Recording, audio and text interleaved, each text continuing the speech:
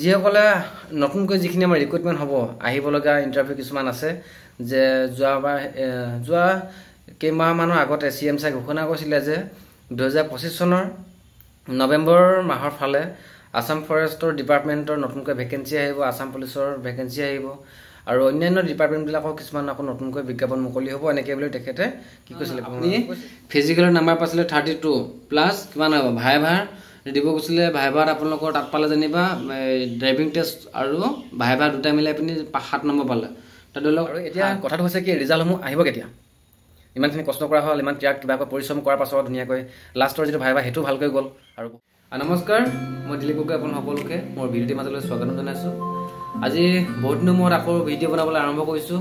আশা কৰিছোঁ সকলো ভালেই আছে আৰু সকলোৱে যেন তেন পূৰা এক্সাইটেড হৈ আছে ৰিজাল্টৰ কাৰণে, যিটো নেকি এটা ভাল লগা মুহূৰ্ত এটা সকলোৰে জীৱনৰ, সকলো ল'ৰা ছোৱালীক এটা হেঁপাহৰ দিনলৈ বাট চাই আছে আগ্ৰহে। নিজৰ ল'ৰা ছোৱালীৰ লগতে নিজৰ মাক দেউতাকৰ সপোনবিলাক, আশাবিলাক, যিখিনি সপোন দি থকাতে পৰিণতি হ'বলৈ গৈ আছে লাহে লাহে, নহয় জানো? সেই ল'ৰাখিনিৰ কাৰণে লৈ আহিছে এটা বহুতে ভাল খবৰ। খুব কম দিনৰ ভিতৰত যেনেকৈ ৰিজাল্ট দিব আৰু এই ৰিজাল্ট দিয়া সময়ত আপোনালোকৰ নাম্বাৰসমূহ কেনেকুৱাকৈ ধৰি পিনি আপোনালোকৰ মেৰিট লিষ্ট আহিব। ধৰি লওক ৰিটেন, ফিজিকেল আৰু ভাইভা এই তিনিটা বস্তুৰ নাম্বাৰ যোগ কৰি পিনি মেৰিট লিষ্টখন মাৰিব নে গোটেইখিনি স্কিল টেষ্ট, ভাইভা, ৰানিং আৰু ৰিটেন গোটেইখিনি নাম্বাৰ মিলাই পিনি ভাইভা কি কয় এইটো মেৰিট লিষ্টত নাম আহিব। আৰু নাম অহাৰ পাছতে আপোনাৰ তাত নাম্বাৰ ফেভাৰ কৰে নকৰে সেইটো পাছৰ কথা, হয় নহয়? আৰু সেইখিনি কথা অলপমান আলোচনা কৰিম, চাই থাকিব। আৰু ইয়াৰ পাছতে কথাটো হৈছে কি আপোনালোকে কোনখন ডিষ্ট্ৰিক্টৰ পৰা চাই আছে। মই জানো যে ইয়াতে থকা মোৰ ভাগত যিটো হোৱাটছএপ গ্ৰুপ আছিলে, হোৱাটছএপ গ্ৰুপত অসমৰ বিভিন্ন প্ৰান্তৰ ল'ৰাবিলাক তাত জড়িত হৈ আছিলে আৰু সেই ল'ৰাখিনিয়ে তাত মোক কমেণ্ট কৰে, কিবা ফোন কৰে। চবখিনি মই ধৰিব নোৱাৰোঁ বা ধৰা পেলাব নোৱাৰোঁ, যিহেতু ইমানেই অসংখ্য ফোন মেছেজ কৰি থাকে সিহঁতে, তাৰ কাৰণে অকণমান অসুবিধা হয়। বা যি কি নহওক ফোন ৰিচিভ কৰিব নোৱাৰাৰ কাৰণে তাৰ বাবে মই একদম ক্ষমা খুজিছোঁ। আৰু ডিউটিত থাকিলে মানে ফোনটো অকণমান ৰিচিভ কৰি বা কথা পাতিবৰ কাৰণে অকণমান অসুবিধা হয়, ঠিক আছে? আৰু সকলোকে মেছেজৰ ৰিপ্লাই দিয়াও অকণমান মোৰ ভাগৰ অসুবিধা হয়। সেয়েহে মনত দুখ পাই থাকিব নালাগে, বেয়া পাই থাকিব নালাগে, ঠিক আছে? ৰিজাল্ট আহিব, সকলোৱে ভাল দিন আহিব। ইমানখিনি কষ্ট কৰি যোৱাৰ পাছত ফল নিশ্চয় আপোনালোক কি হ'ব, মিঠা হ'ব, হয় নহয়? যে এতিয়া আমাৰ যে নাম্বাৰ আপুনি কিমান পাইছিলে, প্ৰথম কথা আপুনি নাম্বাৰ কিমান পাইছিলে ফিজিকেলত, সেই বস্তুটো মোক কমেণ্ট কৰি জনাব। ফিজিকেলত নাম্বাৰ কিমান পাইছিলে বোলে 31 OBC কাষ্টৰ।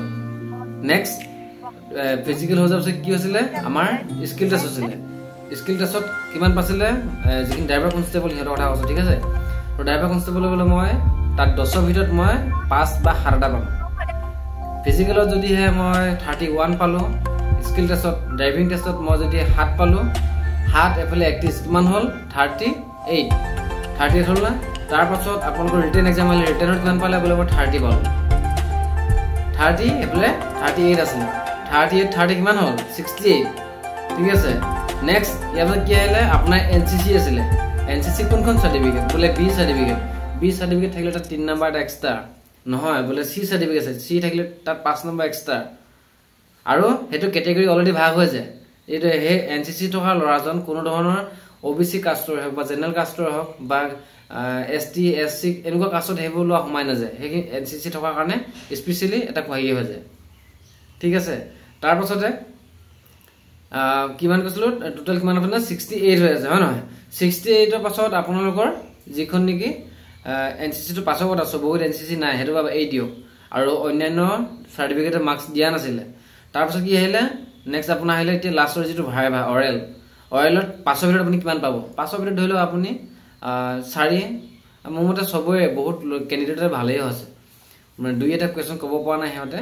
আৰু এইটো ভাইভাটো কি হয় গম পায় নাই যে ভাইভাটো মানে কেনেকুৱা হয়, ল'ৰাজনক আকস্মিকভাৱে যিখিনি কুৱেশ্যন সুধি দিয়া হয় সেই ল'ৰাজনে কথাখিনি ক'বৰ কাৰণে কেনেকুৱা ধৰণৰ মানে তেখেতৰ বডি লেংগুৱেজৰ পৰা যিকৈ কথা কোৱা কৌশল সেই গোটেই বস্তুখিনি ভাইভাটো চায় আৰু সেই তাৰ ওপৰতে নাম্বাৰ দিয়ে। আমি সকলোখিনিয়ে ধাৰণা কৰি থাকোঁ কি আমাক যেন এইটো এটা ইণ্টাৰভিউত বহুত ধৰণৰ টান কুৱেশ্যন সুধি দিব, কিবা সুধি দিব, আমি বহুত অবাক হৈ থাকোঁ। কিন্তু কেতিয়াবা কিছুমানৰ কপাল বেয়া থাকিব পাৰে বা কিছুমানে এনেকুৱা ধৰণৰ কুৱেশ্যনৰ সন্মুখীন হৈছে য'ত নেকি সিহঁতক 2-এটা কুৱেশ্যন সুধিছে, নুসুধাকেও থকা নাই। বাট এইটো ভাইভাত আপোনালোকক খালি মানে কি কয় এই ল'ৰাজনে কথাখিনি কেনেকুৱা ধৰণৰ ফেচ কৰিছে বা কেনেকুৱা ধৰণৰ ৰিপ্লাই দিছে সেই বস্তুটোৰ ওপৰত বেছিকৈ ডিপেণ্ড হেৰি কৰে, মানে ড্ৰেছ মই আগতে কৈছোঁ ভিডিঅ'ত ধুনীয়াকৈ পিন্ধিছোঁ, সাজ পোছাকযোৰ ভাল হ'ব লাগে, হেয়াৰ কাট ধুনীয়াকৈ একদম শৃংখলাবদ্ধকৈ যাব লাগে আৰু তাত ডিচিপ্লিন মেইনটেইন কৰিব লাগে কথাখিনি কওঁতে। কিছুমান ল'ৰাই এতিয়া কমেণ্ট কৰিছে বা মোক জনাইছে ফোন কৰি পিনি যে দিলীপ দা মইচোন গ'লো, মোক একো নুসুধিলে, নাম সুধিছে, ক'ৰ পৰা আহিছে, কি কথা এনেকৈ সুধিলে আৰু বহাই পিনি থৈ দিছে, নেক্সট বুলি বেলেগ কেণ্ডিডেট মাতি দিছে। মইতো বহি আছোঁ। এতিয়া সেইটোৱে মেইন কথাটো যে আপুনি যে আপোনাক বহাই থ'লে সেই সময়ত আপুনি কি কয়, নেক্সট বুলি যেতিয়া ল'ৰাজন মাতিলে সেই ল'ৰাজনটো ইফালেকৈ সোমাই আহিব, সেই ল'ৰাজনে আপুনি আকৌ মূৰ ঘূৰাই পিনি এনেকৈ চাইছে নেকি যে আহিছে না, আপোনাৰ মানে ধ্যান ক'ত আছে? আপোনাৰ অফিচাৰজনৰ মানে যিজনে আপোনাক কুৱেশ্যন সুধি আছে সেই অফিচাৰ ছাৰজনৰ ওচৰত আপোনাৰ ধ্যান আছে নে নেক্সট বুলি মতা কোন আহিছে নে ল'ৰাটো এনেকৈ চাওঁ বুলি তুমি মূৰটো ঘূৰাই দিছা? সেইখিনি বস্তু চাইছে। তোমাৰ নাম কি, ক'ৰ পৰা আহিছা, নিজৰ পৰিচয় দিব লাগে। সেইখিনি বস্তু সোধোঁতে এজন কেণ্ডিডেটৰ গোটেই কথাখিনি গম পাই যায়, বুজিলে? আমাৰ নিচিনা মানুহ নতুন ৰিক্ৰুটমেণ্টৰ যিমান ল'ৰা, বহুত ল'ৰাক তেখেতলোকে পাৰ কৰাইছে। গতিকে এজন ল'ৰাৰ লগত 5 মিনিট সময় কথা পাতোঁতে গম পায় যে ল'ৰাজনে কথা কোৱা যিটো ভংগীমা, যেনেকৈ ধৰি লওক বডি লেংগুৱেজৰ পৰা আদি কৰি পিনি কথা কোৱা যিটো ষ্টাইল, সেই গোটেইখিনি কথা গম পাই যায়, বুজিলে নে? আৰু এতিয়া কথাটো হৈছে কি, ৰিজাল্টসমূহ আহিব কেতিয়া? ইমানখিনি কষ্ট কৰা হ'ল, ইমান ত্যাগ কিবাকৈ পৰিশ্ৰম কৰাৰ পাছত ধুনীয়াকৈ লাষ্টৰ যিটো ভাইভা সেইটো ভালকৈ গ'ল। আৰু বহুতে কৈছে যে আমাক ইমান বিশেষ কুৱেশ্যন সোধা নাই, 2-এটা কুৱেশ্যন সুধি পঠাই দিছে। ঠিক আছে, এতিয়া আমাৰ ৰিজাল্টটো কেতিয়া আহিব? এতিয়া আমি ধাৰণা কৰিছোঁ যে এই মাহৰ মে' মাহৰ লাষ্টলৈ শেষৰ ফাললৈ ৰিজাল্ট অহাৰ সম্ভাৱনাটো আছে।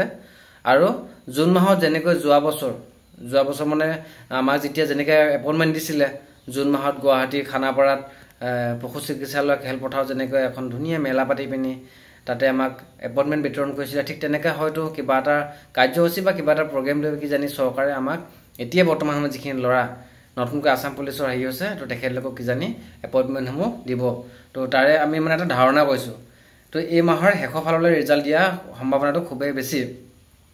আৰু এটা কথা এইখিনিতে সকলোকে জনাব বিচাৰিছিলোঁ, বৰ্তমান সময়ত যিহেতু বৰষুণ হৈছে অসমৰ বিভিন্ন প্ৰান্তত, বাৰিষা সময়ত যিহেতু বৰষুণ হৈছে, আৰু এতিয়া কি হয় দেখা পোৱা যায় ৰাস্তাবিলাকত আমাৰ গৰু ছাগলীবিলাক মানে যথেষ্ট অঠালি পঠালি কৰি থকা দেখা পোৱা যায়।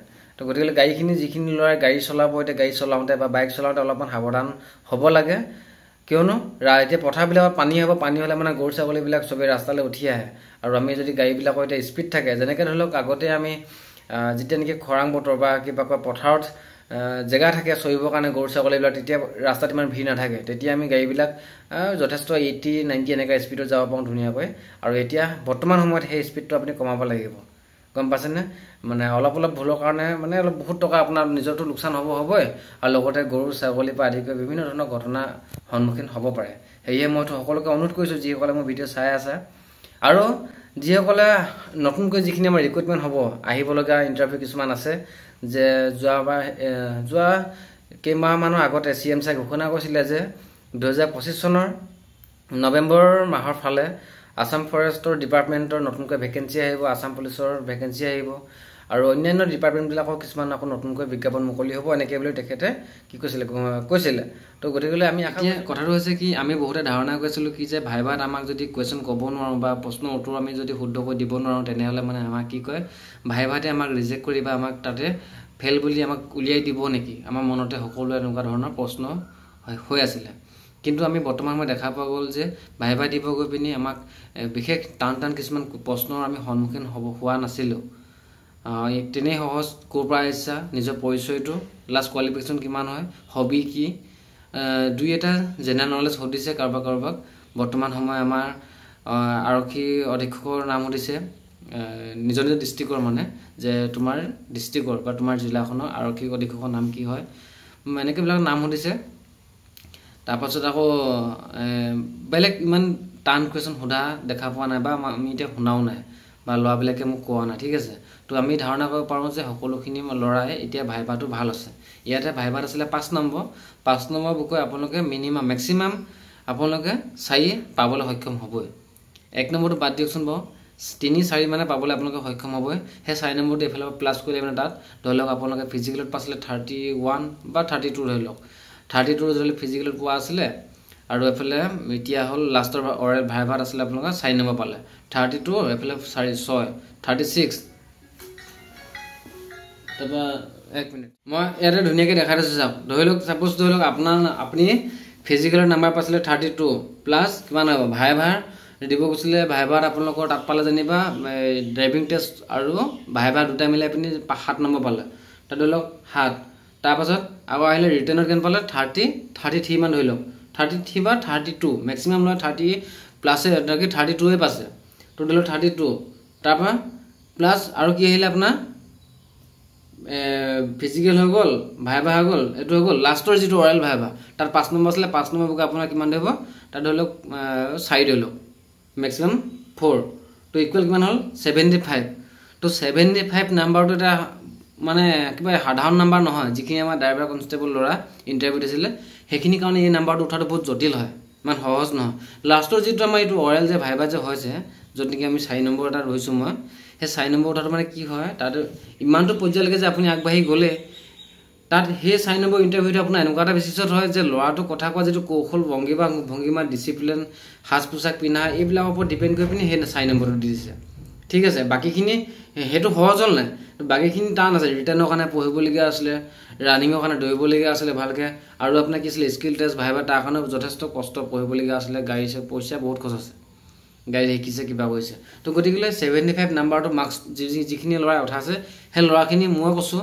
70 প্লাছ অল কাষ্টৰ হওক লাগে OBC হওক ST SC যি হওক 70 প্লাছ যিখিনি ল'ৰা আছিল পাইছে নাম্বাৰ উঠাই ৰাখিছে সেই ল'ৰাখিনি চাকৰি পোৱাটো একদম 100% মোৰ ফালৰ পৰা কৈছোঁ মই কাৰণ ইমানটো নাম্বাৰ পোৱা ল'ৰা বহুত কম আছে মই গম পাই হোৱাটছএপৰ গ্ৰুপত ল'ৰাখিনিতো কমেণ্ট কৰি আছে আৰু সেইমতে গম পোৱা অনুযায়ী কৈছোঁ 70 প্লাছ পোৱা ল'ৰাখিনিয়ে মানে চাকৰি হোৱাটো একদম 100% হ'ব পাৰিম মই চিয়ৰে ধৰি লওক আৰু ইয়াত হাই কাট অফ যাব বুলি যে আৰু বেলেগ কোনোবা ল'ৰাৰ সোমোৱা কোনো চান্স নাথাকে বা ইয়াত অভাৰলিপিং হ'বলৈও চান্স নাথাকে অভাৰলিপিং নহয় কি কাৰণে কৈছোঁ ইয়াৰে অলপমান ল'ৰা অলৰেডি এই আছাম ৰাইফলত বা SSCত গুচিয়ে গ'ল আৰু অলপমান ল'ৰা কি হ'ল এই এতিয়া ইয়াৰ পৰা মাজৰ পৰা ভাগ হৈ ওলাই যাব সেই ল'ৰাটো কি আছিলে ড্ৰাইভাৰ কনষ্টেবল আছিলে আছাম পুলিচৰ AB UB দুটাতে আছিলে মেছেঞ্জাৰ আছিলে আকৌ ৰাইডাৰ পাৰ্টিটোৰ নাম আছিলে ডিছপেচ ৰাইডাৰ এইটো এনেকুৱাবিলাক সেই ল'ৰাবিলাকক ফাৰ্ষ্ট প্ৰিফাৰেঞ্চ যেতিয়া দি দিব তাতে ভাগ হৈ ল'ৰাবিলাক কমি যাব অট'মেটিকলি তো সেইকাৰণে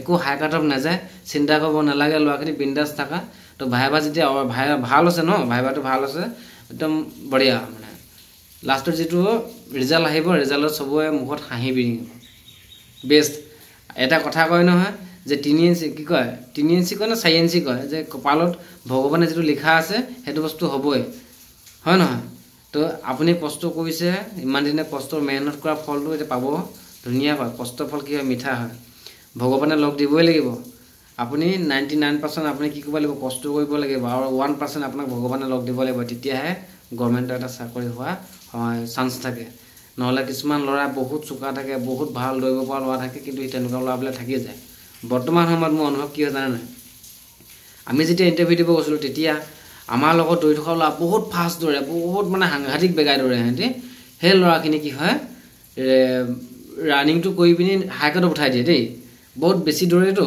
তো সিহঁতে নাম আহে আৰু সিহঁতৰ নাম লগত অহাৰ লগে লগে আমাৰ অকণ মানে আমি ইমান দৌৰিব নোৱাৰোঁতো অলপমান পিছ পৰি থাকোঁ তাৰপাছতে ৰিটেনত কি হয় সিহঁতি পঢ়াত গেধা পঢ়াত মানে ইমানটো মানে সিহঁতি সময় দিব নোৱাৰে বা বেছি মানে মনোযোগে নপঢ়ে গতিকে আমিখিনি কি কৰোঁ পঢ়াত পৰা লাগি যাওঁ তো পঢ়াত নাম্বাৰটো আমাৰ বেছিকৈ উঠি যায় সেইফালে তাৰ লগত প্লাছ হৈ পিনি সিহঁততকৈ আমাৰ নামটো আগত ওলাই গুচি যায় গতিকে যে বেছিকৈ পঢ়িব পৰা ল'ৰাবিলাকে দৌৰিব নোৱাৰে আৰু বেছিকৈ দৌৰিব পৰা ল'ৰাবিলাকে পঢ়িব নোৱাৰে যিখিনি মজলীয়া সেইখিনি ল'ৰা ছোৱালীয়ে চাকৰি পায়গৈ কথাটো হয় নহয় যদি আপুনি একমত হয় কমেণ্ট কৰক য়েছ বুলি বা হয় বুলি কমেণ্ট কৰক তো মই প্ৰেক্টিকেলি দেখি আছোঁ এইটো বস্তু যিখিনি ল'ৰাই বেছিকৈ দৌৰিব পাৰে সেই ল'ৰাখিনি পঢ়াত অলপমান দুৰ্বল আৰু যিখিনি ল'ৰাই পঢ়াত বেছি চোকা সেইখিনি ল'ৰাই দৌৰিব নোৱাৰে উল্টা আৰু যিখিনি মজলীয়া যে সেই পঢ়াটো ইমান হেৰি নহয় দৌৰটো ইমান মানে পিছ পৰি নাথাকে মাজত দৌৰে সেই ল'ৰা বা সেই ছোৱালীজনীয়ে ধুনীয়াকৈ চিলেকশ্যনটো হয়গৈ ফাইনেলিষ্টত হয় নহয় বাৰু ঠিক আছে ডিউটিলৈ ওলাইছোঁ এতিয়া ডিউটিলৈ যাওঁ দেই আকৌ এটা ভিডিঅ' বনাম ধুনীয়াকৈ কাইলৈ পৰহিলৈ মানে লগ পাম তাতে তো ধন্যবাদ জনাইছোঁ ভিডিঅ'টো শেষলৈকে চাই থকাৰ বাবে অন্য এটা ভিডিঅ'ত আকৌ লগ পাম